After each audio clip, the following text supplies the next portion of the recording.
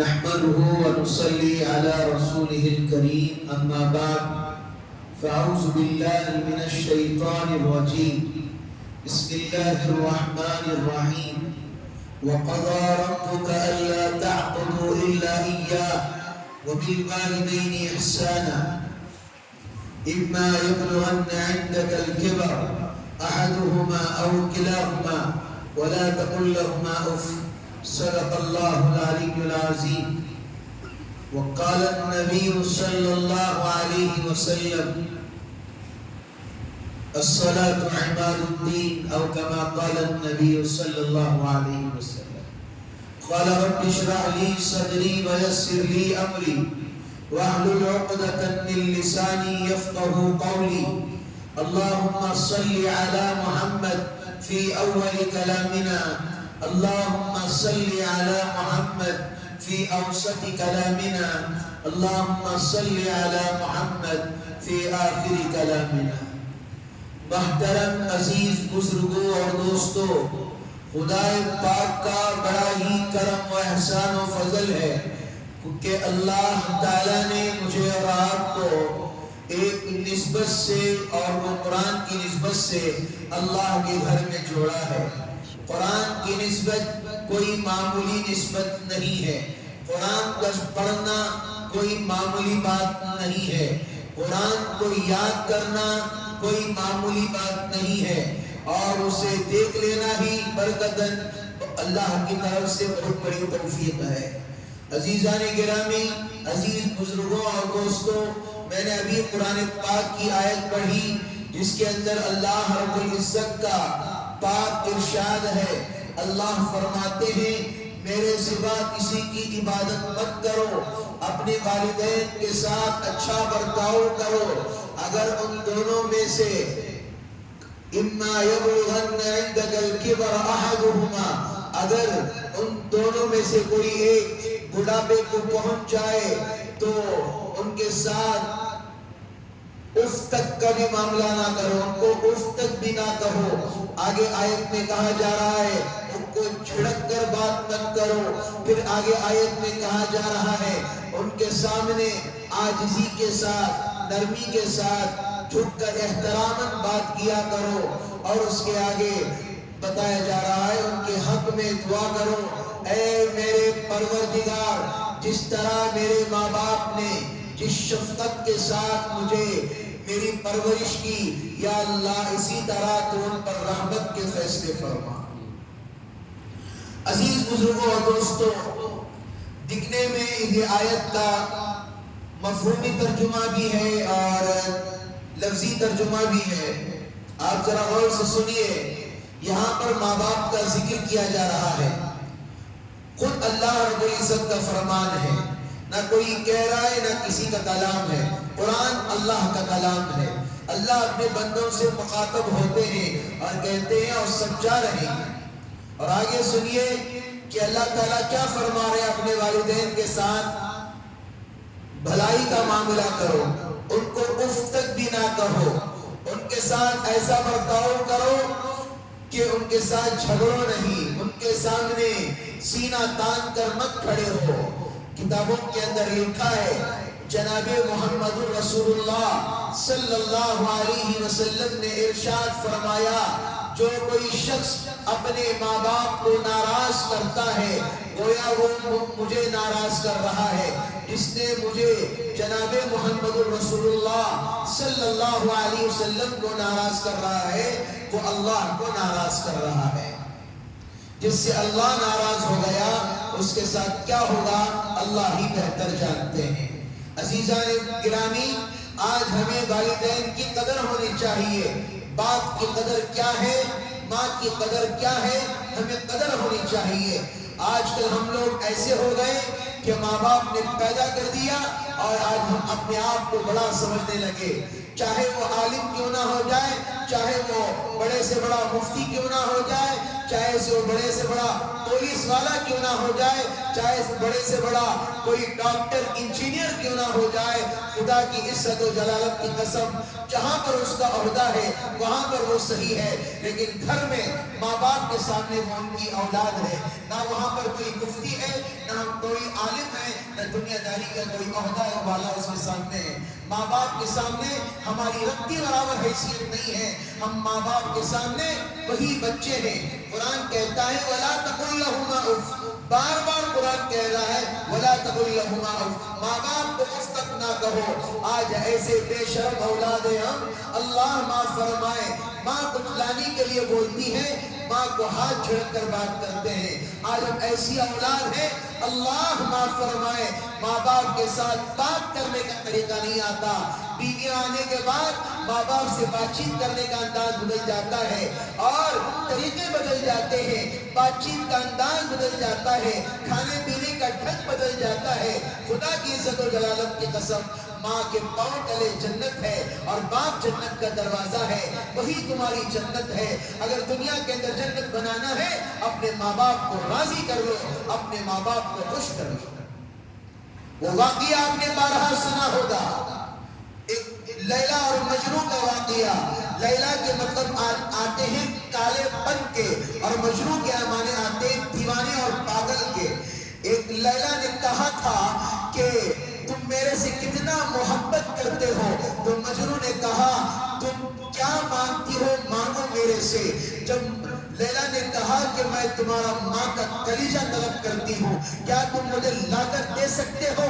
میرے عزیزوں، آج ماں دل دینے کے لیے بھی تیار ہے، لیکن افسوس کی بات یہ ہے آج ماں کا خدمت گزار بننے کے لیے کوئی تیار نہیں ہے۔ 7 نیا ہو وومنس ڈے کرتے آج، وومنس ڈے، یہ کون سا ڈے آ گیا؟ فادرز ڈے آ گیا، مدرز ڈے آ گیا۔ انگریزوں نے بالکل صحیح کہا ہے، اکابرین نے، مشائخ نے بالکل صحیح کہا ہے۔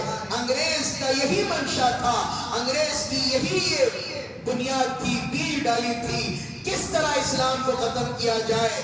اسلام کے اندر کوئی باپ کا دن نہیں ہوتا، کوئی ماں کا دن نہیں ہوتا، ہر وقت باپ کا ہوتا ہے، ہر لمحہ ماں کا ہوتا ہے، اور بیوی کی عزت کرنا صرف ایک دن نہیں ہے عورتوں کا دن آنے سے، ہر وقت اپنی بیوی کی عزت کیا جائے۔ وومنس ڈے آ گیا اور مینس ڈے آ گیا، الگ الگ ڈے آ گئے، اللہ حفاظت فرمائے۔ یہ اسلام کو، شریعت کو بدلنے کے کام کر رہے ہیں، اس دھوکے سے ہمیں بچنا چاہیے۔ وہ جیسے وہ مجنوں کہتا ہے، وہ پاگل دیوانہ کہتا ہے کہ ماں کا کلیجہ مجھے چاہیے، وہ مجنوں نکلا اور اپنے ماں کے پاس گیا، اور ماں جب سوئی تو ماں سے گلا، جو بھی اس زمانے میں جو بھی اس نے ہتھیار اختیار کیا ہوگا، اپنے ماں کا سینہ چاک کیا اور کلیجے کو نکالا۔ کہنے والوں نے کہا ہے یہ واقعہ دل دہکا دینے والا واقعہ ہے، دل کو بہلا دینے والا واقعہ ہے، آنکھوں سے آنسو جاری ہو جاتے ہیں، آنکھوں سے ایسے محسوس ہوتا ہے کاش میری ماں زندہ ہوتی، میں ان کی خدمت کر لیتا، کاش میرا باپ زندہ ہوتا، میں اس کے پیر دبا لیتا۔ بعد میں افسوس کرنے سے کیا ہے، جب زندہ دن میں ماں باپ ہے تو ان کی خدمت گزار بن جاؤ۔ یہ مت سمجھو میرے پاس آج 5 لاکھ کی گڈی آ گئی، آج میرے پاس 14 لاکھ کی گڈی آ گئی، آج میں گاڑی لینے والا بن گیا، آج میں کار لینے والا بن گیا۔ یاد رکھو من نطفہ خلقہ فقدر ثم السبیل یسر، تمہاری حیثیت ایک ناپاک قطرے کی ہے، اللہ نے تمہیں اشرف المخلوقات بنایا ہے، تمہاری کوئی ویلیو نہیں تھی۔ ماں باپ اگر تم پیدا ہوتے ہی گندی نلی میں پھینک دیتے، خدا کی عزت و جلالت کی قسم تمہارا کوئی وجود نہ ہوتا۔ ماں نے اپنی نیند کو قربان کیا، اپنے رات کی نیند خود یاد رکھیے، یہ باتوں کو یاد رکھنے کی باتیں ہیں۔ جب بچہ پیشاب کرتا ہے، ماں خود اس پیشاب میں سوتی ہے اور بچے کو سوکھی جگہ پر سلاتی ہے، اپنی نیند کو قربان کیا۔ وہی آگے چل کر بچے بیوی آ جانے کے بعد گھر کے کوئی اور دوست کے کہنے سے اپنے ماں باپ کے ساتھ برتاؤ چینج کر لیتے ہیں۔ میں یہ نہیں کہہ رہا ہوں، میں ایک طرفہ بات نہیں کر رہا ہوں، مرد بنے کو چاہیے بیوی کا بھی حق ادا کرے، ماں کا بھی حق ادا کرے، جیسے یہاں کی بات وہاں نہ ہو، وہاں کی بات یہاں نہ ہو، کہ تبھی اسلام اور شریعت کے اوپر چل سکتے ہیں۔ میرے عزیزوں، میرے پیاروں، ماں باپ کی بات بتانا شروع کریں، دل تڑپ جاتا ہے۔ اور ایسے بھی بچے ہیں آج کل باپ کو کھڑے ہو کر گالی دیتے ہیں۔ اس قرآن کی آیت میں کیا کہا جا رہا ہے؟ جب وہ بڑھاپے کی عمر کو پہنچے تو ان کے ساتھ کیا نہ کرو، ہاتھ جھڑک کر بات نہ کرو۔ آج آشیانہ اولڈ ہاؤس کے اندر جا کر دیکھیے کتنے بچے ایسے ہیں، اللہ معاف فرمائے، رمضان کے مہینے کے اندر گھروں میں افطاری کے لیے ماں باپ کو کچھ کھلا نہیں سکتے تو روڈوں پر چھوڑ کر چلے جاتے ہیں۔ وہی باپ جس نے اپنے خون پسینے سے اپنے بچوں کو کپڑے خریدے، اپنے بچوں کو ہر چیز دلایا، اللہ معاف فرمائے، مجھے ایسا محسوس ہو رہا ہے میں اب دہاڑے مار کے رو دوں۔ آج بچے کوئی غلطی کر دیتے ہیں، ماں باپ معاف کر دیتے ہیں، اگر بچے جا کر ماں باپ ہی کو تکلیف دے تو ان پر کیا گزرے گا؟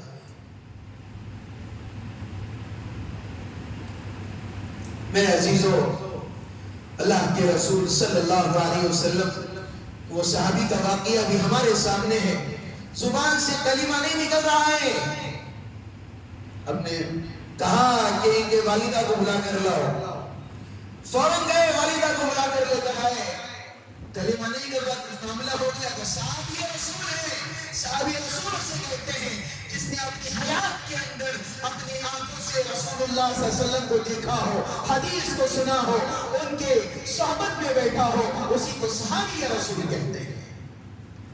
صحابی رسول کی زبان سے کلمہ نہیں نکل رہا ہے، ہم تو معمولی ہیں، صحابہ کے ربطی برابر بھی نہیں ہو سکتے، ماں کو آنکھ دکھا کر بات کرتے ہیں، ماں نے وہاں پر معاف کیا، وہاں پر زبان سے کلمہ جاری ہو گیا، یہ ماں ہوتی ہے۔ میرے عزیزوں، آگے کوئی ماں باپ کو تکلیف پہنچا رہے ہو، جا کر معافی مانگ لو۔ میرا ایک قصہ میں خود آپ حضرات کے سامنے سناتا ہوں۔ میں نے ایک دفعہ کچھ غلطی گھر میں کر دی تھی، میں پرانے زمانے کی بات نہیں سنا رہا ہوں، ابھی 2-3 سال پہلے کچھ وجہ سے کوئی زبان سے میرے لفظ نکل گئے ماں باپ کو، میرے والد محترم نے میرے سے 2-3 دن بات نہیں کی، میں ان سے معافی مانگ رہا ہوں، پتہ نہیں میری راتیں کیسی گزری ہوگی، میرا دن کیسا گزرا ہوگا۔ اگر ماں باپ ناراض ہو جائیں، ہمارے سامنے ناراض ہو جائیں، اگر نہ ہو تو کیا کریں گے؟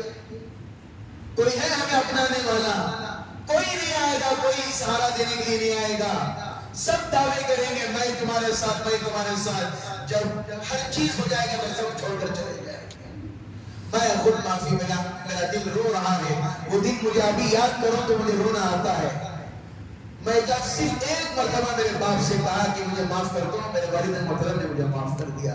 ہے کوئی دنیا کی کوئی ایسی چیز، ہے تمہارا اجمان، ہے تمہارا کوئی بڑا باس جو تمہاری غلطیوں کو معاف کر دے؟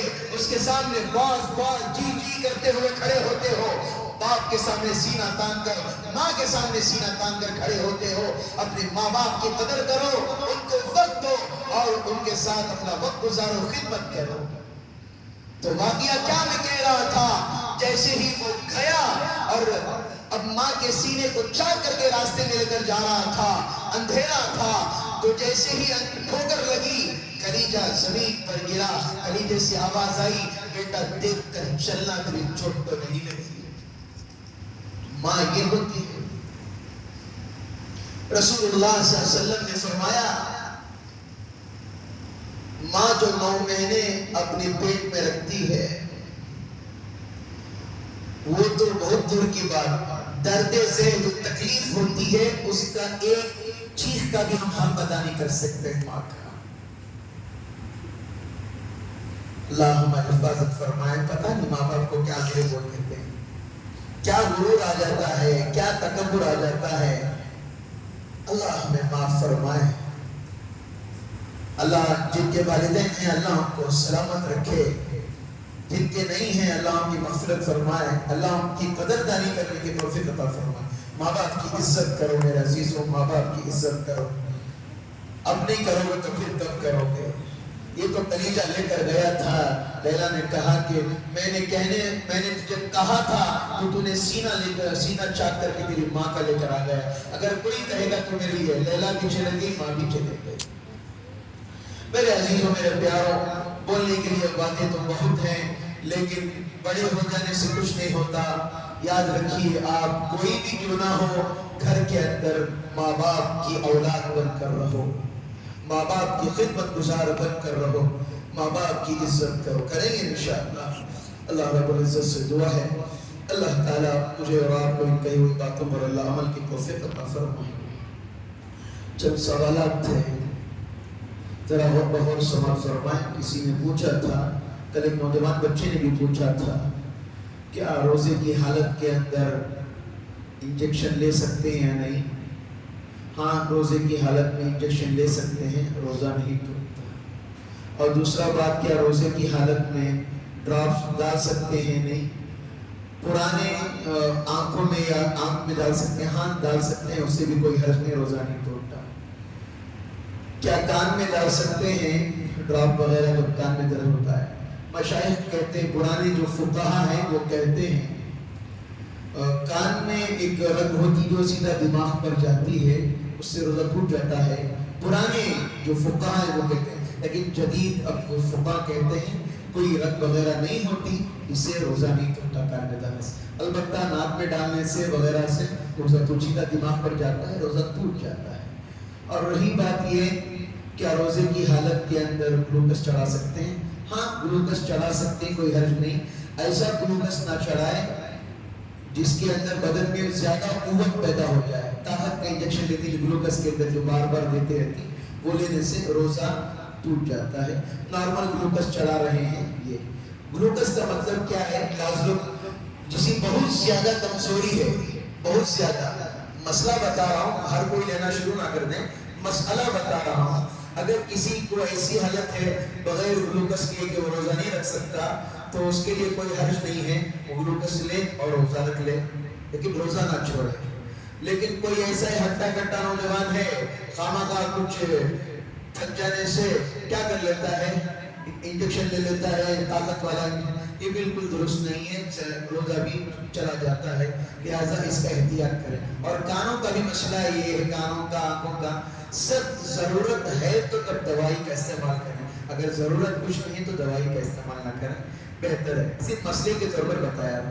اور کسی نوجوان نے سوال کیا، حضرت یہ بتائیے تراویح کب سے شروع ہوئی، کیا ہے تراویح؟ آپ حضرات کو معلوم ہونا چاہیے، اللہ کے رسول جناب محمد رسول اللہ صلی اللہ علیہ وسلم کے دور سے تراویح چلتی ہوئی آ رہی ہے۔ حضرت جبرائیل علیہ السلام اور اللہ کے رسول صلی اللہ علیہ وسلم دونوں قرآن کا دور کیا کرتے تھے۔ البتہ ہمارا جو اجماع ہے وہ صحابہ پر ہے، صحابہ کی اجماع پر ہم چلتے ہیں، صحابہ کے خلاف ہم نہیں چلتے۔ البتہ جو لوگ 8 رکعت پڑھتے ہیں، جو فلاں پڑھتے ہیں، وہ جانے، ان کا خدا جانے، اس میں اختلاف ہم کیا کریں۔ لیکن 20 رکعت کی تراویح پڑھنا وہ سنت مؤکدہ ہے۔ اور بخاری شریف کی حدیث کے اندر بھی کچھ لوگ کہتے ہیں کہ حضرت تراویح کی دلیل کہاں ہے، تراویح کیوں پڑھنا چاہیے، نہ قرآن کے اندر ذکر نہیں ہے، حدیث کے اندر بخاری اور مسلم کی حدیث کے اندر موجود ہے۔ من قام رمضان ایمانا احتسابا غفر له ما تقدم من ذنبه، جس نے قیام اللیل کے بارے میں یہاں، جس نے رمضان کی راتوں میں زیادہ قیام کیا اور ایمان اور ثواب کی نیت سے کیا کیا، نماز ادا کی، عبادت کی، تو اللہ تعالیٰ اس کے پچھلے تمام گناہوں کو اللہ معاف کر دیتے ہیں۔ قیام اللیل سے مراد یہی وہ تراویح کی نماز، بزرگان دین اور مشائخ و فقہا کہتے ہیں تراویح 20 رکعت ہی ہے، اور 20 رکعت ہی پڑھنا سنت مؤکدہ ہے۔ اور روزے کے بارے میں کسی نے سوال کیا تھا، وقت بہت زیادہ ہو رہا ہے، انشاءاللہ کل اس کی واضحیت، روزہ رکھنے سے کیا ثواب ملتا ہے اور روزہ چھوڑنے پر کیا کیا اس کا گناہ ہے، انشاءاللہ کل انشاءاللہ اس کی تفصیل بیان کی جائے۔